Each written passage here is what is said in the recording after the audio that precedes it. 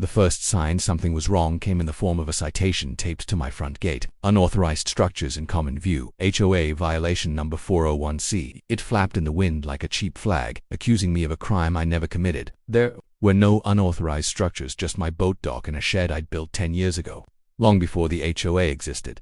I tore the paper down, crumpled it, and tossed it onto the gravel. My name is Jack Maddox, former federal tactical advisor, widowed father, and the last independent property owner in a gated lakeside community that didn't want me there. They'd tried everything: fines, threats, cold shoulders at the mailbox, but I wasn't part of their agreement.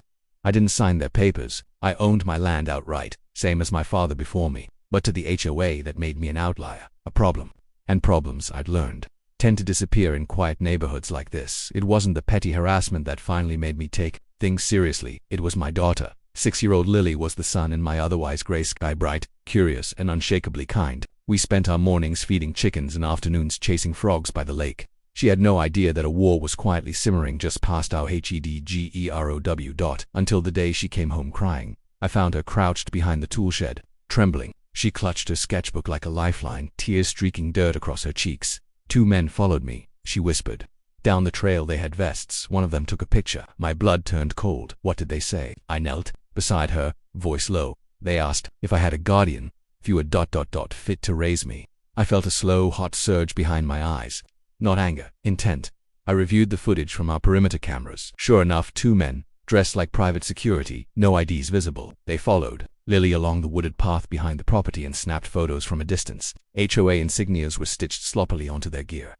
They didn't act like code enforcers. They moved like operators, shoulders squared, steps measured, trained. It wasn't about grass height or mailbox paint. It was a probe. I marched straight to the HOA clubhouse the next morning. The president, Veronica Dales, greeted me in her usual Stepford smile, framed by manicured hedges and a fountain she'd named after herself. Mr. Maddox, she said with sugary malice, if this is about your latest violation, this is about 2 men who stalked my daughter. Her smile didn't falter. Our inspectors were conducting a wellness review. It's policy especially for families who resist community cohesion. Your inspectors were armed. She blinked once, then leaned in close enough that only I could hear her next words. You're not part of the association. Jack, you think that means you're above it. But this community has ... expectations. And if you're parenting or property that becomes a liability, we will act in the child's best interest. I stared at her. This wasn't an idle threat. This was groundwork. A narrative being built, one false violation at a time, until they had justification to intervene. I left without another word, drove straight home, and placed a call I'd hoped I'd never have to make.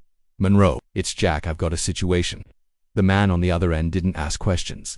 We hadn't spoken in years, but old federal ties run deeper than blood. I'm listening, Monroe said. I laid it all out: the surveillance, the fake inspections, the not-so-subtle threat to take Lily. After a pause, Monroe's tone shifted.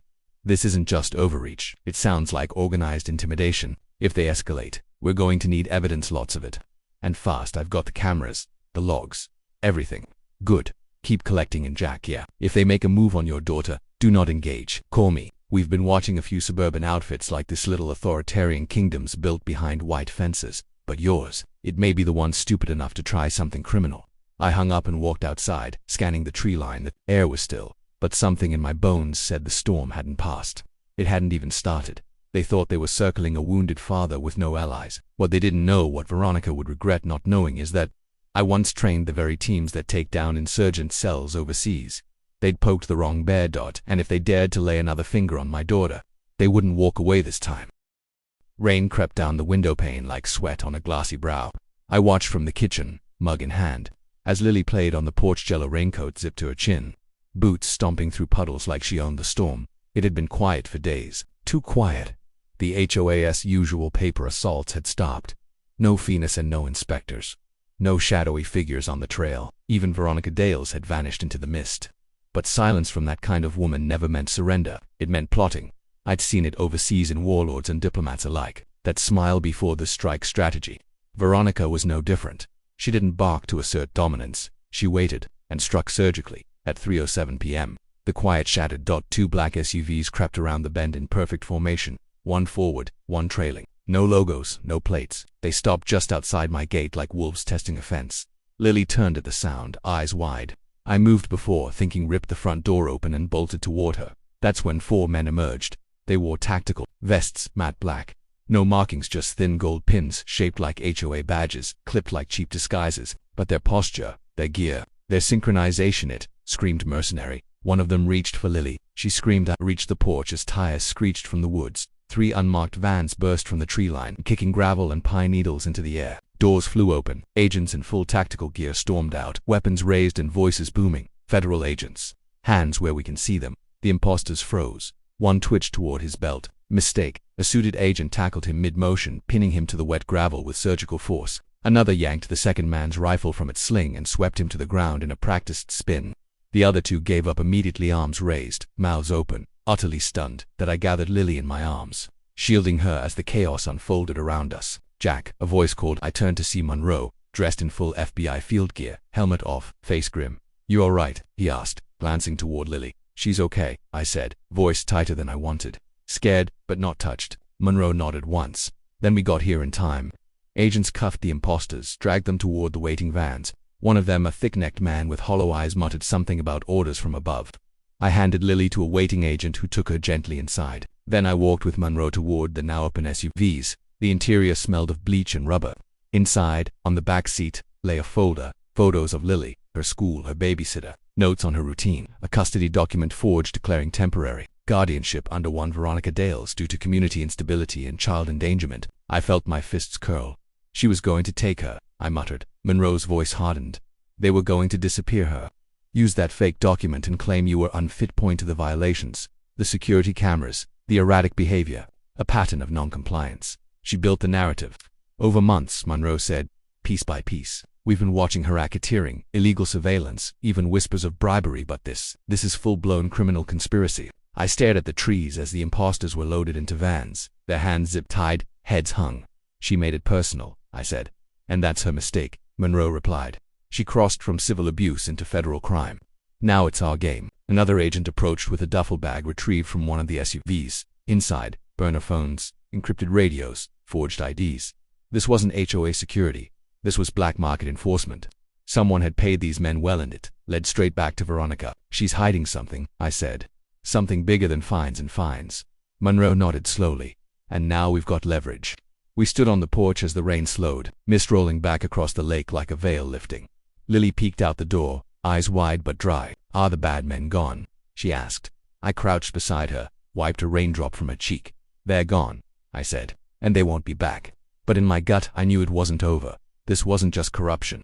This was possession. Woman so obsessed with control that she tried to take a child to prove her power. And the worst part, she still thought she could win. She had no idea I was done playing defense. 2 days after the failed abduction, the neighborhood looked the same, but it wasn't. The trimmed hedges and white picket fences now felt like the set of a stage play, the kind that hides rot behind fresh paint. Everyone was watching, some out of concern, most out of fear. And at the center of it all, still playing queen of the cul-de-sac, stood Veronica Dales. She held a press conference from the HOA clubhouse, lace blazer, pearls, and a carefully crafted expression of confusion. The individuals involved were not authorized by our board, she told local news cameras. We are cooperating with authorities. Our hearts go out to Mr. Maddox and his child. I stood across the street, arms folded, watching her performance. Behind that mask of empathy was a woman scrambling to keep her empire intact, but this wasn't theater anymore, it was war. That evening I received an anonymous envelope taped to my mailbox, no return address. Inside were flash drives, meeting transcripts, and board minutes recordings I wasn't supposed to have. A note scribbled on yellow paper read, "You didn't hear it from me, G.T. Greg Turner." The HOA treasurer had always looked like he hated being there, nervous in meetings, quiet in gatherings. But now he'd flipped, and what he gave me was explosive. The recordings revealed everything that Veronica orchestrated, the fake citations and inspections. She referred to my daughter as a community vulnerability. She'd even held closed-door votes approving discretionary enforcement funding. Money that led straight to the hired muscle Monroe's team had arrested. I handed it all to the FBI. Monroe called that night. "You just handed us a conspiracy case, racketeering, fraud, coercion. This goes well beyond HOA misconduct. Is it enough to bring her in?" I asked. "Not yet, but close." Close wasn't good enough. Not after what she'd tried to do to Lily. So I escalated. Veronica had embezzled funds through shell maintenance, contracts, payments for security upgrades, and infrastructure reinforcements that never existed. I tracked the money to a dormant LLC registered under her cousin's name out of state, a ghost company with fake invoices and no employees. I compiled the evidence into a digital package and sent it to Monroe, the county prosecutor, and every local journalist, brave enough to print it. I included excerpts from Greg's recordings, redacted names, and one undeniable truth: Veronica Dales wasn't running an HOA, she was running an empire built on extortion. Within 48 hours, the story broke wide open. HOA president tied to armed, abduction attempt and financial fraud. Exclusive whistleblower leaks secret board recordings. Veronica's mask cracked. She issued a statement denying everything, then abruptly cancelled all future board meetings. The clubhouse lights stayed off. The security guards she'd posted at her mansion vanished. She knew the walls were closing. Then came the subpoena. I was mowing the front lawn when the federal marshal arrived, quiet, professional, gone in seconds. But I watched from the porch as he handed the envelope to Veronica at her front door. She didn't scream, she didn't slam the door, she just stood there, lips parted, as if the inevitable had finally registered. That night, Monroe called. She's going to be indicted. We're prepping for arrest, but she'll make noise, she'll fight this. You ready for that? I looked out at the lake, still calm, almost too calm. I've been ready, I said. He hesitated, then added, and Jack, thank you. Most people don't push back. They just let these people crush them. I'm not most people. Next morning, a car pulled into my driveway. Greg Turner, pale and trembling, clutching a manila folder. I'm leaving town, he said. But before I go, there's one more thing you need to see. Inside the folder was a signed petition. A fake one, with my name forged at the bottom, stating I had voluntarily agreed to HOA oversight back in 2020. Notarized, dated, filed with that county. She was going to use this to override your land rights, Greg whispered. Claim the cabins under HOA jurisdiction. I stared at the paper, then at Greg. You're doing the right thing, I said. He gave a broken nod and disappeared down the drive. With everything now exposed, forged documents, realized the fight was no longer just about my daughter. It was about everyone this woman had silenced, fined, or threatened into submission. It wasn't just my war anymore, it was a reckoning. The sun had barely cleared the tree line when the convoy rolled into the neighborhood. No lights, no sirens, just the quiet certainty of justice arriving right on schedule. I watched from my porch, coffee cooling in my hand, as two black SUVs and a pair of unmarked cruisers approached Veronica Dale's pristine estate. The morning dew still clung to her award-winning lawn, the same lawn funded by fake war invoices and stolen dues. She opened the door in a silk robe and an expression that said she still believed. This was all a misunderstanding. But the cuffs told a different story. Monroe was there, clipboard in hand, calm as ever. He read her rights with the patience of a man who had waited too long to say them. She didn't cry, she didn't plead. She just stared dead-eyed and silent while agents escorted her into the back of the SUV, across the street. Neighbors emerged from behind blinds and hedges, mouths agape.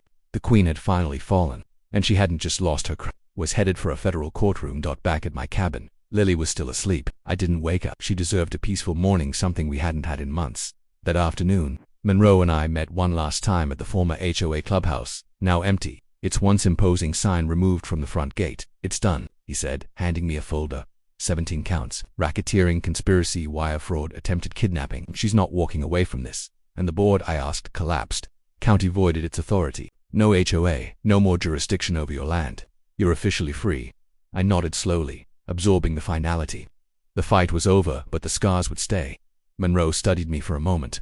You know, most people in your position just move, start over. She tried to take my daughter, I said, voice low. You don't run from that. You dig in. You make sure it doesn't happen to anyone else. He gave a knowing nod and extended his hand. You did more than hold your ground. You changed the rules. After he left, I walked through the empty clubhouse. The marble Veronica had imported from Italy was already chipped. Her empire, so carefully constructed, was rotting from the inside. I bought the building at a government forfeiture auction. A week later, with help from Greg Turner now in witness protection, I converted the clubhouse into a community legal center. We named it the Lily Defense Alliance. Its mission was simple: help families fight HOA abuse, fraudulent enforcement, and property intimidation tactics. We offered consultations, pro bono legal work, and media support for whistleblowers. The first case we took on a young single mother who was being fined weekly for keeping a vegetable garden in her front yard. She won. Word spread fast. We received letters from across the state, people who'd been silenced by homeowners, associations with more power than they should have ever had. I trained volunteers in how to document violations, record meetings, and protect their rights. I gave them the one thing the HOA had spent years trying to take from me: leverage. Meanwhile, Veronica sat in a federal holding facility awaiting trial. Her assets were frozen. Her name, once stamped on neighborhood newsletters and HOA bylaws, was now a warning printed in every investigative report. Lily never asked what happened to her. She only cared that she could play outside again, that the trail behind our cabin was safe, and that Daddy no longer looked over his shoulder when someone knocked on the door. One afternoon, she stood outside the new center, watching families arrive for a workshop. She turned to me and asked, "Is this place to help kids too?" I knelt down beside her. "It's for everyone, sweetheart, but it started because of you." She smiled, wide, missing her front tooth again, and raced off toward the chalkboard wall we let kids draw on. She sketched a unicorn with armor and a shield. I didn't correct her. It was fitting because, in the end, that's what she was, my shield, my reason, and the spark that burned an empire to the ground.